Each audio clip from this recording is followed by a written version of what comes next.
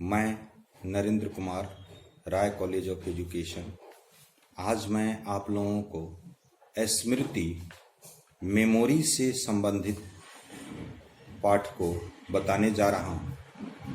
स्मृति क्या है, मेमोरी क्या है? हमारे मनोवैज्ञानिक स्टर्ड और ओकाहन के अनुसार स्मृति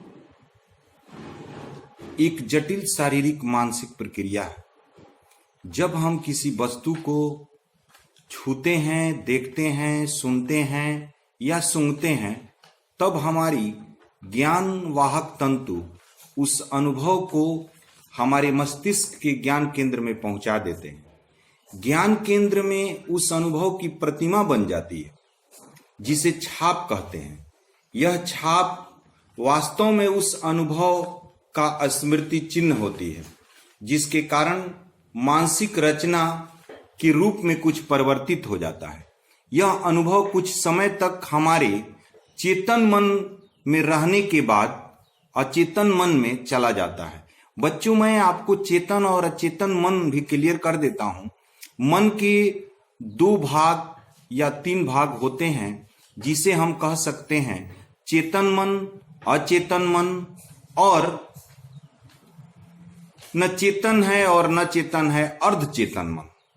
तो हमारी ज्ञान तंतु के द्वारा चेतन मन में जाना ही स्मृति कहलाता है।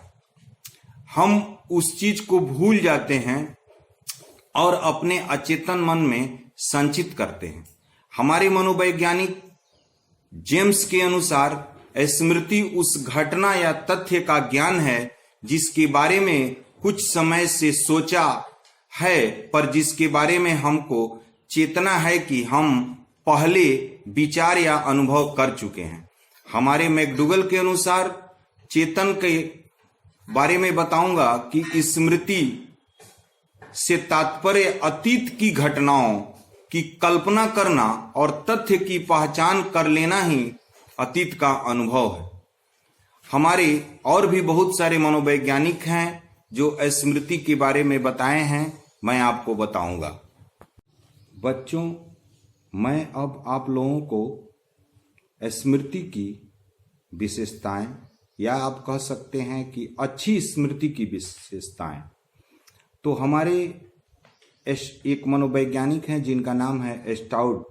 स्टाउड ने अच्छी स्मृति का बारे में अपनी जो विशेषताएं बताए हैं, उसमें पहला है शीघ्र अधिगम। शीघ्र अधिगम कहने का मतलब है जो व्यक्ति किसी बात को शीघ्र सीख लेता है उसे अच्छी स्मृति या शीघ्र स्मृति या शीघ्र अधिगम कहा जा सकता है। दूसरा मैं कहूंगा उत्तम धारण शक्ति, यानी वह विद्यार्थी या व्यक्ति अधिक समय तक मस्तिष्क में कुछ धारण करता है, उसकी स्मृति उतनी ही अच्छी कही जाती है। तीसरा मैं कहूंगा शीघ्र पुनः स्मरण। सीखी हुई बात जल्दी अगर याद आ जाती है तो उसी स्मृति को हम अच्छी स्मृति कह सकते हैं। उसके बाद होगा शीघ्र पहचान, यानी किसी बात का शीघ्र पुनः स्मरण, साथ ही साथ यह जान जाए कि आप कोई स्मरण करना चाह रहे हैं और वह आपके मेमोरी में आ रहा है कि नहीं आ रहा है। अनावश्यक बातों की विस्मृति, यानी कि व्यर्थ की बातों को भूल न जाने की स्थिति में मानसिक कार्य बहुत सी ऐसे बातें स्मरण रखती पड़ती है जिनकी भविष्य में कभी आवश्यकता नहीं पड़ती है। उसके बाद मैं आप लोगों को बाबू बताने जा रहा हूं, ध्यानपूर्वक सुनेंगे, स्मृति के प्रकार यानी types of memory. Types of memory में मैं आपको कहूंगा कि मेरा टाइप्स ऑफ मेमोरी में पहला है तात्कालिक स्मृति, यानी इमीडिएट मेमोरी, जिसके अंतर्गत हम याद की हुई बात को तत्काल सुन लेते हैं किंतु कुछ समय बाद भूल जाते हैं। उसे हम कहते हैं, यह बालकों और वयस्कों में अधिक पाई जाती है। दूसरा मेरा स्मृति के प्रकार में होगा अस्थायी स्मृति, यानी परमानेंट मेमोरी, यह किशोरावस्था में विकसित होती है और बड़े होने पर याद रखने की क्षमता अस्थायी तथा अधिक हो जाती है। तीसरा है व्यक्तिगत स्मृति यानी पर्सनल मेमोरी। पर्सनल मेमोरी कहने का मतलब है कि हमारा जो व्यक्तिगत अनुभव है वह हम कितने दिनों तक, यानी हम किसी किताब को जो प्राप्त करते हैं, किताब से कोई चीज पढ़ते हैं तो कितना दिन तक अपने अंदर रखते हैं, यह व्यक्तिगत स्मृति के अंतर्गत आती है। अब है अंतर्व्यक्तिगत स्मृति इम्पर्सनल, यानी व्यक्तिगत अनुभव किए हुए बहुत सी बातों का याद रखना इसके अंतर्गत आता है। उसके बाद हमारा होता है तार्किक स्मृति यानी लॉजिकल मेमोरी।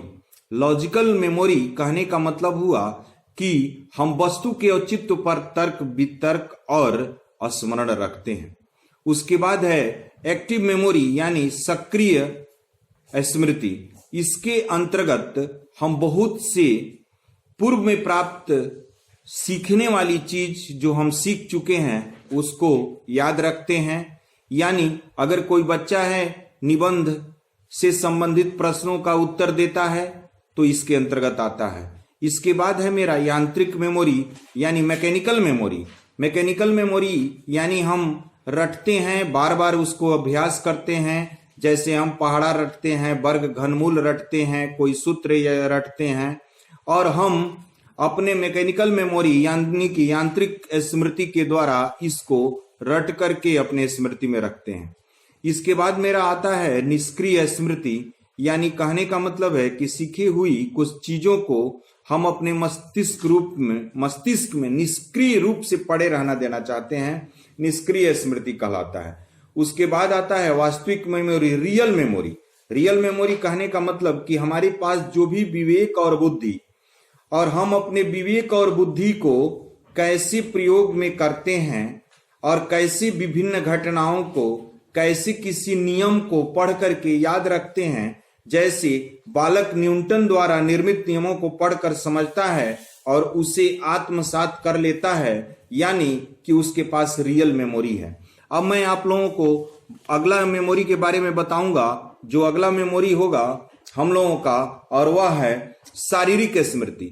शारीरिक स्मृति कहने का मतलब है कि जैसे कोई भी व्यक्ति या बच्चा अगर टाइपिंग करता है या ड्राइविंग करता है तो अपनी बुद्धि का प्रयोग करता है और अपने शरीर के द्वारा वह कार्य को संपन्न करता है, शारीरिक स्मृति कहलाता है। उसके बाद मेरा है इंद्रिय अनुभव, यानी कि अपने इंद्रियों के द्वारा जैसे हम अगर कुछ खा रहे हैं और जैसे ही हमारे मतलब सामने कोई मिर्च दिखाई पड़ता है तो खाने से पहले हमारी स्मृति तुरंत रिकॉल हो जाती है कि मिर्च खाने से तीखा लगता है, और हम समझ जाते हैं कि हमारा ज्ञान तंतु, हमारी इंद्रिय जो है वो सक्रिय है। इसे हम इंद्रिय स्मृति कहते हैं।